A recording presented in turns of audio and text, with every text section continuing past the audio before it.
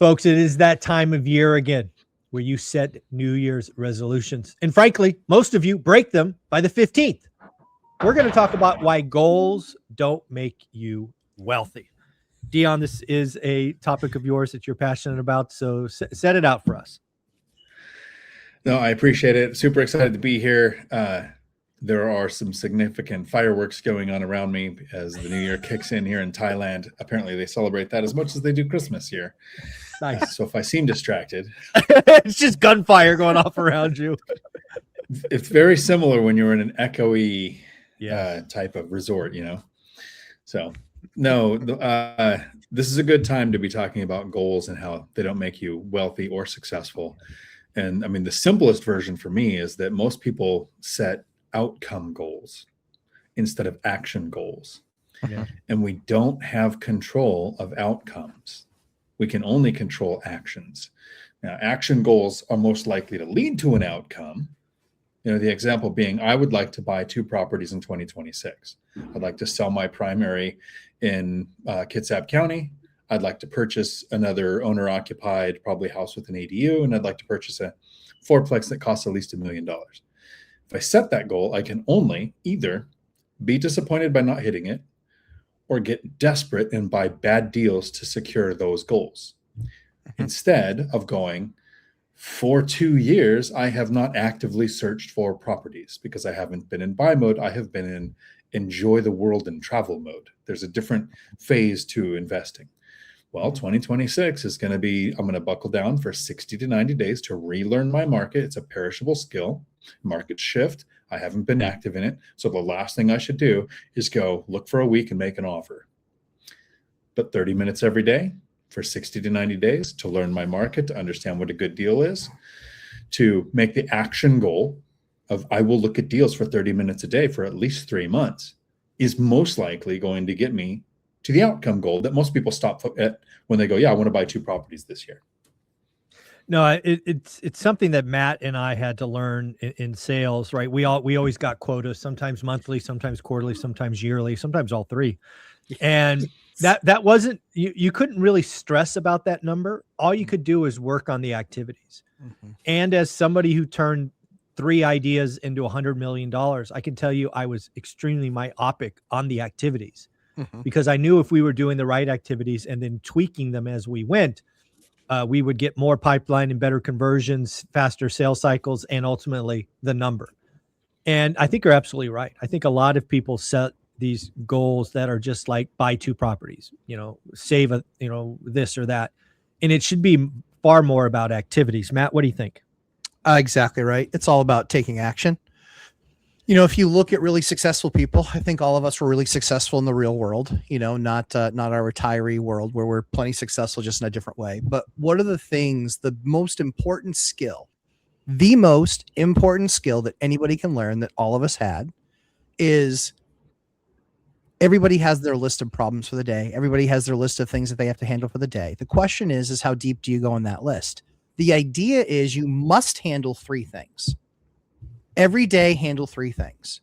Sometimes you get to 5, sometimes you get to 7, sometimes you get all the way down to 9, but handle 3. And that will make sure that you don't have any big problem festering. If it wasn't a big enough problem to be in your top 3, it's not a big enough problem. And you're putting too much focus on something that's not really actually a problem. So the biggest thing that I teach any of my students or any of the people that I work around or with, I was like, top 3 it for me. What are the top 3 things you got to get done today to make progress? And you know what? The amazing thing is that even at the end of the day, forget about the end of the week, the end of the month, the end of the quarter, the end of the year, even at the end of the day, you've made progress. I'll make Dion drown himself with that water. But this is the key focus. This is where a lot of people get it wrong, is they're just like, they're over here and they're scatterbrained and they're spread out and I've got kids' soccer and I've got wife's birthday. Yeah, you've got all those things. Wife's birthday should be in the top 3 for that day or for that week. But people don't get focused. They don't make forward movement. And so what do they end up being? Another month of talking. Yeah. The other thing I think about this is, again, it doesn't have to be a money goal. As you guys know, I went on a health kick last year. This will post in 26, and I didn't actually hit my target. But back to the activities, I tracked every day. I tracked my food. I tracked my steps. I tracked my workouts because I knew it was that collection of activities that would drive potentially of hitting the goal. And the other thing I want to highlight here is I adopted a habit, which I hadn't done in a long time, is if I miss a day, I never miss 2 days. Right. We had some international travel this year and some family stuff come up where, it just was impractical to do my routine. So I would always make sure that I would never miss 2 days in a row. And if that meant getting up at 4 a.m., I got up at 4 a.m. because I was never going to miss 2 days, because I see missing 2 days of your target for the year is like starting a new habit, right? When life happens, 1 day's okay, but go make it up. Never miss 2 days. Dion? One of the really big problems with goals is goals rely on motivation. So if you set your healthcare goals versus your financial goals, or either one, and you're super excited about it, that string of days where you have that motivation seem to go really well. What actually gets us to the goal we might set is the systems you put in place, because goals need motivation, systems need discipline. We can control discipline. You can set yourself a requirement of, if I miss a day, I won't miss 2. But you can't make a requirement of yourself of, I will be highly motivated 7 days straight in a row without missing a day. That doesn't happen. Yeah. I mean, just real life story. Last year, 365 days on this kick. I think I was motivated like 50 days. There were days it was pouring rain. There were days I felt like crap. You're absolutely right. It's all about discipline. And I'm lucky enough that that's a superpower for me. But yeah, discipline is everything. It's like, how bad do you want it? Set the discipline, hold yourself accountable, stop blaming other people, and just get to work. Right, Matt? 100%. It's really not hard to understand. It's really much harder to do, but that's why doers win. That's why talkers don't. The year of the flapping gums is what 2025 will go down as. Blah, blah, blah, blah. All this talk and chatter about, this is what I'm going to do. I'm going to do 4 flips this year. I'm going to raise my rents 30%, blah, blah, blah, blah. Did you do any of it? What'd you do? No more talking, just doing, just executing. And again, if you boil it down to just those 3 things that you need to do on a daily basis, what has to get done that day in order to move the ball forward? Yeah. If you're moving the ball forward a yard at a time, it's still 100 movements to get into the end zone. Right. So just recognize that if you just have to be disciplined from the perspective that on our jobs on a daily basis, and our old jobs that we had in corporate America, did we do things daily that we despised and hated doing? Yup, sure did. There was a bunch of stuff on there that I was like, I don't want to do that. I don't want to have that meeting. HR can go F themselves. And I'll actually even tell HR that in the HR meeting. But those are the kind of things that you had to go do that you didn't want to do because, hey, tough, way it goes. It's part of the thing. Yeah. So people just need to recognize it's not all sunshine and rainbows. It is hard. You do a lot of things you don't want to do. And hopefully maybe you're doing this with a wife or a husband or whatever, or girlfriend or boyfriend, that you can actually sit down and you can chew through it with them, because often people are different and they have skills in different areas. And that's where you can get that partnership and divide and conquer. But it's just crazy to me that, again, we make this very simple in our business. Every day, there's 3 things that we have to make sure we get done, and we just get those things done, or we move them in motion towards getting done. Yeah. The last thing I think about when I think about goals, activity, and this, 2026 and all these New Year's resolutions for folks is for me, this may just be a Zuber thing. I don't know. I'd be curious what you guys do here, but I'm always very public with my goals. I want to tell everybody what I'm doing. I've always felt like if I kept my goals private, it would be easier for me to not do them, because nobody else is going to frankly embarrass me or say, hey, what about, blah, blah, blah. So I love to, and again, I don't know if this is just a me thing. So this is an honest question. What do you guys think about sharing your goals or your targets or whatever it is publicly, kind of in the town square? What do you guys think, Dion? So when it comes to the goals and sharing them, I think you have to be careful when you do it, because goals determine what you want, habits determine what you get. Mhm. And if you share people your goals, if you tell people, this is what I want to do this year, you have to create the habits that's going to make it likely to happen. And those habits, so if you share goals that you don't actually intend following through on, Mhm. that just creates friction between relationships, because if they're aware of your goals and you're obviously doing things like, if you say, I'd like to lose weight, and you go out partying and drinking every night, Yep. right? They would think, well, why believe in any goal that you set? So I would Exactly. only share the ones you actually intend on following through with, and then make sure that if people are aware of your goals, they will understand the habits that you have to build to get there. That's exactly why I share them, because I want to be in the public square and I want everybody else to hold me accountable and frankly question me when I have 4 donuts for breakfast on a cruise ship, which I did have this year one time because they were warm and just out of the oven. They were amazing, but only once. Only once. What do you think, Matt? Have you sharing public goals? Those are rookie numbers. But those donuts. Rookie Those numbers. are rookie numbers. There were a lot for me, dude. 4 donuts Yeah. for breakfast. Holy Rookie cow. numbers. I mean, I can eat enough donuts to put me in a coma, a walking coma. They were just glazed. It was awesome. Yeah. I still taste them. Hey, listen, Krispy Kreme, like we don't have those really up here in the Northeast. We have much more Dunkin' Donuts, and I love Dunkin's, but they just got rid of my favorite donut, and so like that's one of the things I'm most sad about going into 2026. I digress, but I think a big area that people miss. I don't share my goals because I don't really have any. Just don't. I don't really have any goals for this year. My goals are to get better at everything I do. Let me ask you. So again, let's assume somebody has a goal of, I don't know, getting in shape or getting wealthier or whatever that is. I know you don't, because your life's amazing.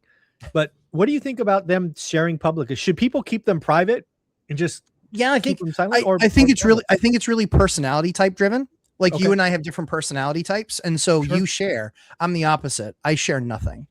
Got I it. share nothing. And it's not because I'm scared about somebody holding me accountable, because I got news for you. I'm a way Yeah, you're tougher gonna judge do it. Yeah. than yeah. anybody else. But For for sure. me, it takes focus off of it, because I don't Mm. care what the optics are of anything. Don't care. Well, Matt, it looks like, well, you are stupid. I don't care what their opinion is, and I haven't had a stated goal. The cool thing about the way I keep them to myself is that I can reach out to you, I can reach out to D, I can reach out to Millennial Mike, I can reach out to those guys, I can reach out to Bob Langworthy. I could reach out to those guys and go, so I'm working through this issue, and I want to make sure I'm seeing it right. I want help in the trenches when I'm in trying to fix the problem, not when we're talking about it in the ether and that it might be something that I accomplished. Because I got to be honest, I don't know if at the end of 2026, if I have 153 units. I could have 183. I could have 123. I have no idea. I really don't know. It really depends on what the year looks like. I could have 53 buildings. I could have 42. I could have 65. I have no idea. So I take what the defense gives me. When a great deal comes across, I evaluate it and see if it's, and then like Dion talks about here and here, I want to be ready. Like, is it something I really want to do? I pass up on a deal and the guy goes, are you really passing? I go, yeah. He goes, why? I go, I don't care about it. I like it. So I really get to be where I am in the moment and feeling and how I feel about the situation in the moment. The things I know I want to do for 2026, want to be a better dad, want to be a better husband, Nice. want to make the business run better, want to help other people. Those are the personal ones. And then the ones that are outward facing, I want to make people better investors. I want them to be prepared for what's coming in 26 and 27. I want them to be ready to take advantage of opportunity, and I want their businesses to be as good as they can be. And so those are the goals for this year. Now, what are the steps on those daily? Well, that's where I'll execute. But as far as like naming it this, I want to do this, that, or the other, it's more just general practitioner of, when somebody asked me when I had 20 properties, well, what's your goal? No idea. Do good deals. It was never like Dion said, this is the biggest mistake people make. Well, I got to fit it in this little shoebox because I've made these arbitrary dates and arbitrary decisions to try and squeeze it in there. And so in order to hit that, I have to be super productive and I have to make sure that I hit that. And if I'm not as productive as I wished I was, then I'm just going to do a bad deal just to check the box and say, I'm winning. I hit my goals. I don't do that. It's not how I roll. I think I think like all of us built the businesses that we ran. We all just did the things that needed to get done on a daily basis. And we knew that all we had to do every day was advance the ball forward. That's it. I like it. Well, I am curious for the audience that are still watching at this point. I just want to know. I want to know how broken I am. Do you share your goals publicly, or do you keep them private and work on them as Matt does? I'm just curious what the audience does. Dion, where can people find you and help wrap this up?